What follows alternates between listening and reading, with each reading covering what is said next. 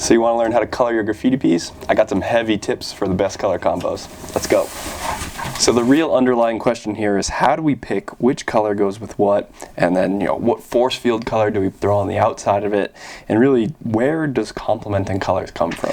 So I'm sure you've all seen a color wheel before. Now I don't use these formally, I printed this off as a little demo here. Let's start right in the middle, for example. So we got this purple M.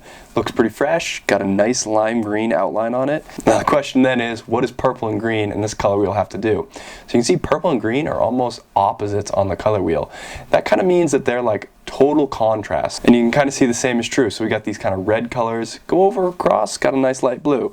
Got these reds, got a nice light blue. So it's an easy way to kind of cheat and go quick. So we got the yellow hues over here. Opposite of that's going to be our blue hues. So we got a nice yellow L and little blue outline there. So that's a super fast and cheap way to just pick a color combo and have a pretty good starting point. So a funny deeper dive into that is actually how we perceive colors.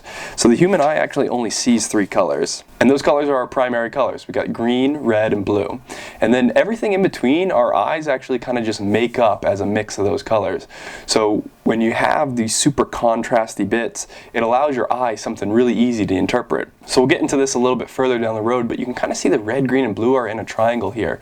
And that means that you kind of can pick triangles throughout the whole thing that are colors that'll contrast really nicely with the kind of a triad pair. So that way you can pick 1, 2, or 3 of the signals, and it's a little bit easier for your brain to pick up on. Now that we got some fresh ideas about this, let's draw a little bit on it. I think we should start off with our classic 3-color fade fill. What I'm going to do here is pick the bottom to do my darkest color. And the classic red, orange, and yellow is always hitting.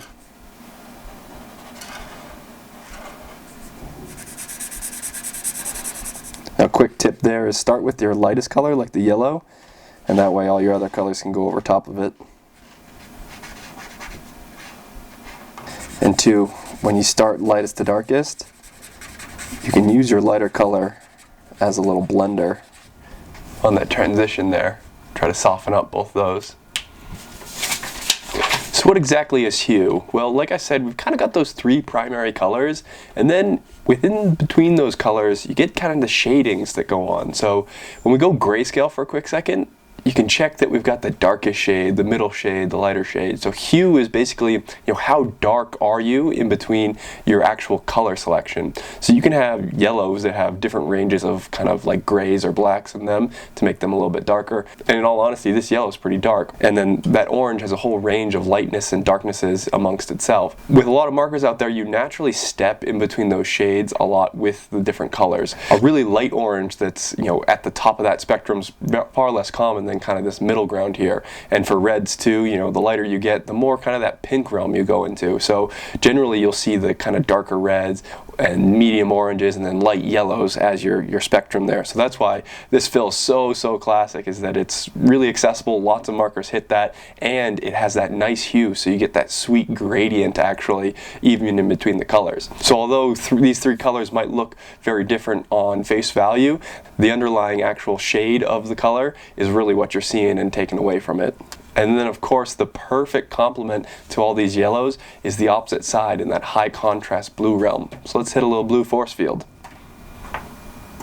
So we picked into this orange realm, and the opposite of that's kind of these lighter blues, but the opposite of our super light yellow is a little bit darker of a blue. So let's give some of this in the mix. Maybe we'll do a little drop shadow off the side here, give a little depth to our contrast. Hopefully that was pretty clear about what the hue, that kind of transition of lightness in a color means, as well as kind of the high contrast selection there. But come on, how do we apply this then to a piece with even a denser look at the color wheel? Let's go. We got that S rocking real hard. I think it's time we pick a color for our fill. I think maybe we'll do like a light blue. Across the way from that, it's all our yellows and oranges. So maybe we'll pick a mid-tone of our blue and then probably pull it a little bit to the left here to get some lighter shades in the yellow. If your colors don't lay up perfectly on the first pass, let them dry and then come back with a second to really get the kind of color all synchronized. So 2 nice little shades of blue. This one's actually kind of almost got like a soft sage color to it. Got this little bit of a darker blue here. Let's use that to add some contrast in here.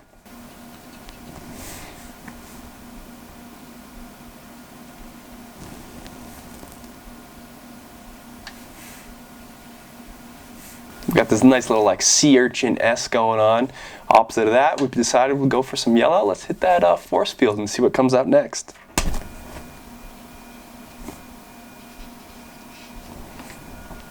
Something fun to think about here is kind of this right side. You can see we've got the dark 3D. It almost makes it harder to see this force field over here. So I'm going to actually double up my force field on the right side here, add a little bit more contrast between that dark side of the actual letter.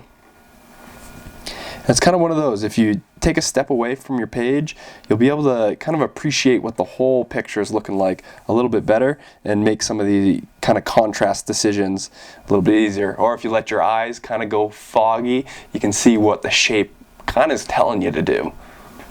We can add some little hit-ups now in the force field to add a little bit extra punch. And you know, we can even creep into this orange section here, because you can see all these blues, they have orangey highlights. We can do a double up on kind of our force field colors by adding contrast. So much like we added different shades of blue, now let's add some different shades of yellow and orange into the mix. That way we can get two tones in the background as well. Oh yeah, and a fun thing I like to do always is drop a drop shadow under my my piece here. So everywhere the piece would kind of cast its shadow down, I'll pick a darker shade of my force field, and it just, I don't know, it just punches it up, adds that little cutout a little bit more to it, and I think it just really sells the whole thing. And it might look a little harsh now, but trust me, as we do some doodads and all around it, it'll kind of slowly soften it up.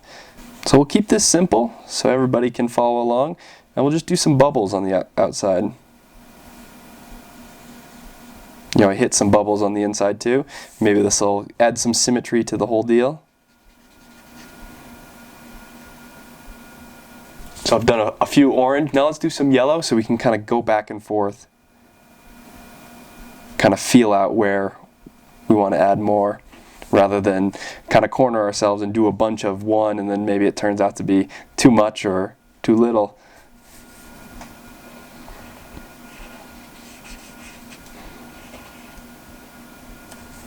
This is looking pretty sweet. I think I could use another yellow down here as well as some orange up here to kind of center it. You know, you see we got no orange up on this top section, so I can add a few up there to help round it out.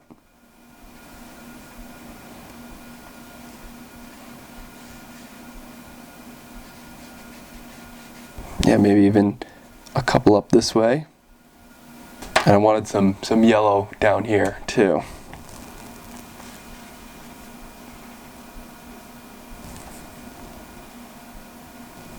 That's looking pretty solid there. So once again, it's mostly about picking colors that are very high contrast. It makes it super easy to pick and piece them apart from one another.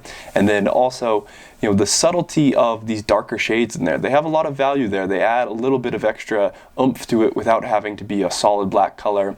And even this orange in this case, it adds an extra darkness to that background. You know, most of the time we're drawing on white paper, so yellows can get a little washed out, and this kind of adds a little punch to them. You know, you could even go as far as outline your yellow in entirely orange so that that yellow stands a little bit more proud. It gives a better border against the white, because you know, you get a little bit of diffusion here between the white and the yellow. There's some transition there when it's such a light color. You know, even this kind of minty blue, that's seemingly extra white because, you know, there's not a lot of actual dark colors in this section. So maybe a little bit more orange or something in that hit would add some value. So remember how I said that you could kind of pick a triangle of shapes throughout the circle to kind of work off of? What if we take a look at what our triangle of shapes in the blue, orange, and pink looks like? So we haven't really done much in the pink. You might even be able to say the orange is kind of a pink. You could have done that in a pink, but how about we take a paint marker to this and add some pink highlights in the mix and see what that does for us. So had I planned a little bit ahead of time, maybe we could have done the pink in graphic marker, but I'm fearful if we do pink over top of any of this, it's just going to kind of get muddied up there. So I'm adding some more dark blue around the pink that I put interior to the fill. That'll help just add a little touch of contrast. Now that I added it to the 3D, it kind of gets lost in here. It's such a bright shade. It gets a little just diluted inside the fill with all the other bright blues and whatnot. Just kind of gives a nice edge to it. Maybe we'll do some hatching here. add some halftone to the areas that would be a little bit darker. So I mentioned earlier where the yellow's kind of diffused into the white background, so maybe we'll do a little soft gray amongst the outline of that force field so we can gain a little bit of extra contrast. It might not seem like it, but gray is one of those colors you want to have in your mix. It allows you to not have to have, you know, a super light or a super subtle shade of every color in your pack, because it can be used pretty casually along any color to add a little bit extra kind of darkness. So it doesn't really add any formal color to it, but it allows your piece to really come at you.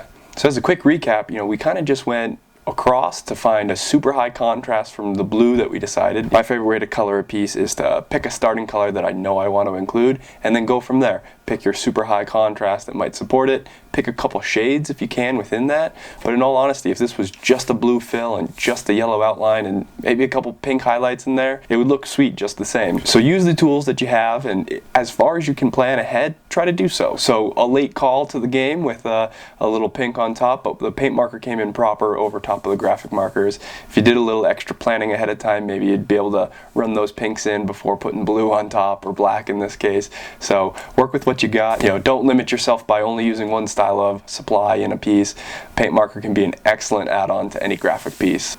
And check this out, we can do a little hue shift here to show you what some of the other colors in the color wheel might look in just the same way. So it's not saying that every piece is styled all the same, but every piece needs some good contrast in it, and that contrast can come from not only the same color in that piece, so we got tons of contrast between all the blues we picked, but also contrast between colors. You don't want this yellow to be the same exact hue as the orange next to it, or even, you know, you don't want that yellow to be the same exact, you know, lightness as some of the blues you pick, because then it kind of just washes it kind of gray. Let's actually flip this grayscale real quick.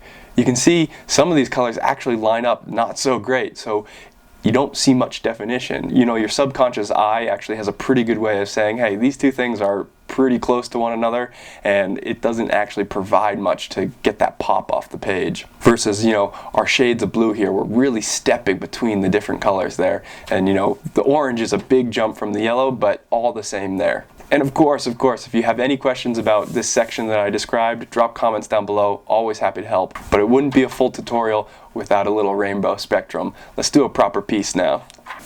I think I'm going to speed this section up just sketching, but as I went through on the last tutorial, I kind of did a deep dive on my psyche of designing each of the letters as I went through it.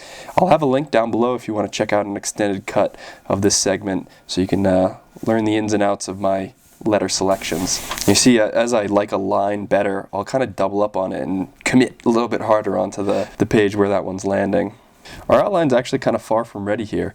We got to clean up all these corners and make sure we got a nice, smooth, consistent thickness all the way around. Maybe we'll start off with a little lime green here. Thinking maybe like a big splash of color would be sweet. That green was a little dark. Let's try to salvage it with a more lime style.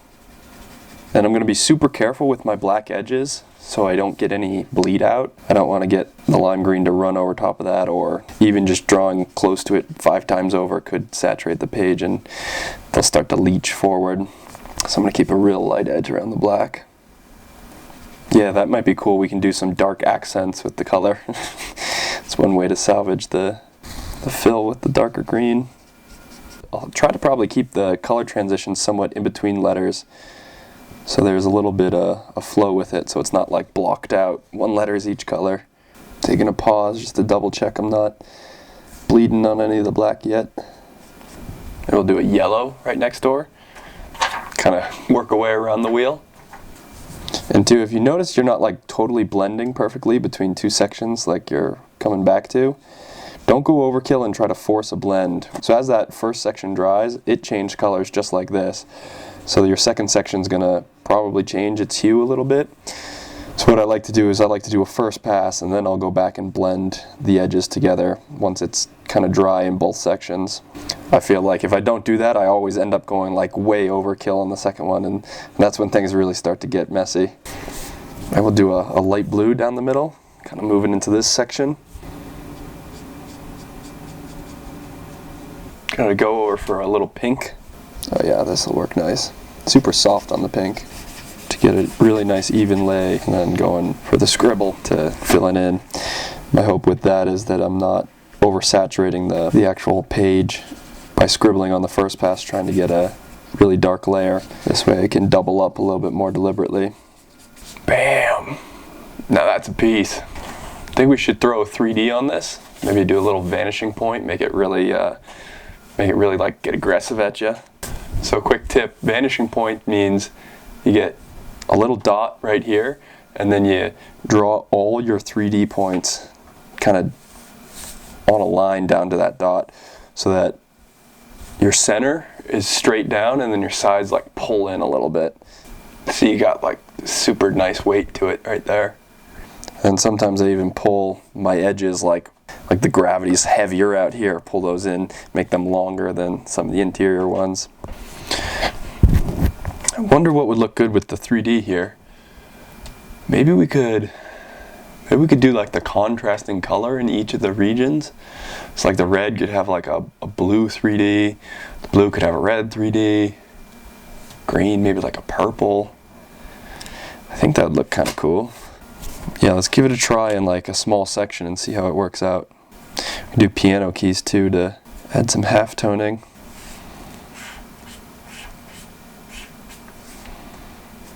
That's about it, and I think I'll switch to like a lime green for the pink section.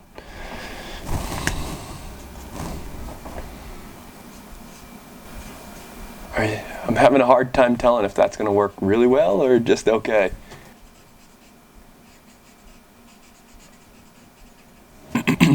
Well, we finished the first pass on the 3D color fill, but some of these sections are still super light, so I might go through and kind of do a second pass on a darker shade throughout some of the like lime green. The orange could use it. You can see how it's kind of just all one color throughout the mix there.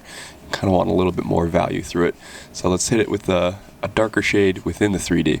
I think I'm going to keep the same colors here and do like the lime green contrast for the pink on the kind of bubble force field. So that way we kind of do a double layer of each of the complementary colors. See how it looks. It's funny to see how I fill in this background. I'm also like actively taking away how much contrast there is in the piece. You know, when you just had the white backdrop and all the colors on top, it really did kind of stand proud. But as I kind of muddle things up with a bunch of more colors in the background, I really do need that extra dark shade that I add on to make it pop once again. So if you see that happen, if you think your piece was like looking cooler beforehand, maybe you're missing some contrast now that you added more color to it. Maybe that's that missing piece.